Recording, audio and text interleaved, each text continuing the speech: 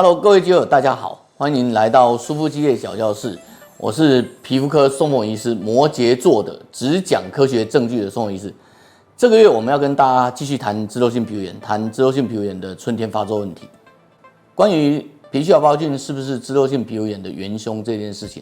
我先给你们一个答案哈，就是不是哈。那这就跟你们在一般的媒体报章上面看到的不一样。人们很喜欢对所有事情找一个元凶，可是事情其实真相都是错综复杂的。如果你去看各种的医学文献，你会发现，在脂漏性皮肤炎里面，皮细胞菌的健康人的皮肤上面大概占了70%几甚至90%几都有皮细胞菌，那就意味着即使你有皮细胞菌，你还可能是健康正常的皮肤。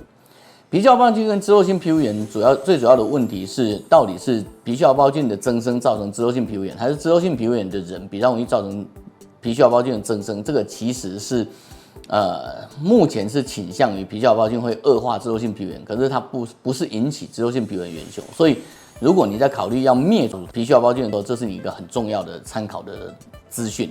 既然谈到皮细胞菌跟脂漏性皮肤炎的关系，我们刚刚说到皮细胞菌虽然不是脂漏性皮肤炎的元凶，但它确实会恶化脂漏性皮肤炎，因此适度的抑制皮细胞菌当然是很重要的。在抑制的部分，普通人的想法就是杀灭，可是你要知道，第一个皮细胞菌我们刚刚讲了，在健康人70%到90%之间都有皮细胞菌，那就意味着它几乎已经算常态菌。常态菌的意思就是说它 always 都在那里，你其实也没办法杀除它。因此，如果你要杀除它，显然是一个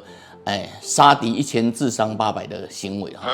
那皮细胞菌的杀敌1000自伤800，我们有一些处理方法可以处理它，比如我们可以擦抗霉菌的药物我们可以用抗头皮屑的洗发精，然后甚至我们早期在治疗的时候还叫病人把抗头皮屑洗发精稍微洗到脸上这样。可是这些行为在抑制皮细胞菌的同时，各位不要忘了，抗霉菌的药物它其实对于皮肤也有刺激，特别是你已经脂漏性皮肤炎了，在脂漏性皮肤炎发炎的皮肤上面使用这些抗霉菌药物，其实要非常小心。各位看过我们之前有一集叫做脂漏性皮肤炎不是绝症不是绝症的绝症，跟各位报告一下，其实我们肌肤监测10几20年以来，发现一个很有趣的题目就是当你在处理皮肤的健康的时候，你如果恢复它的健康状态，其实皮肤很多的常态菌它自然就会回归到正常的水平正常的水准这样。那也就是说，在对脂漏性皮肤炎的皮细胞菌的问题，我们提出一个肌肤监测医师的解法当你恢复了皮肤的正常油分、正常水分，然后让皮肤的角质乳化以后，皮细胞菌的食物，也就是我们的中性脂肪，其实会大量的减少，因为它全部被乳化掉了。然后中性脂肪减少的事情会使皮细胞菌它吃的食物少，它代谢的油酸就变少。那代谢油酸变少，皮细胞菌的种类跟它的数量也会减少。那在这种数量减少的情况下，其实皮细胞菌就不会再干扰你，它会变成常态菌。换句话说，本集的重点在这里。第一个，皮细胞菌会不会影响恶化脂漏性皮肤炎？会，但是皮细胞菌是不是脂漏性皮肤炎的主因？其实不是再加上皮细胞菌它又是一个常态菌，所以如果你要降低皮细胞菌，其实很简单，你从它的食物去控制就好了。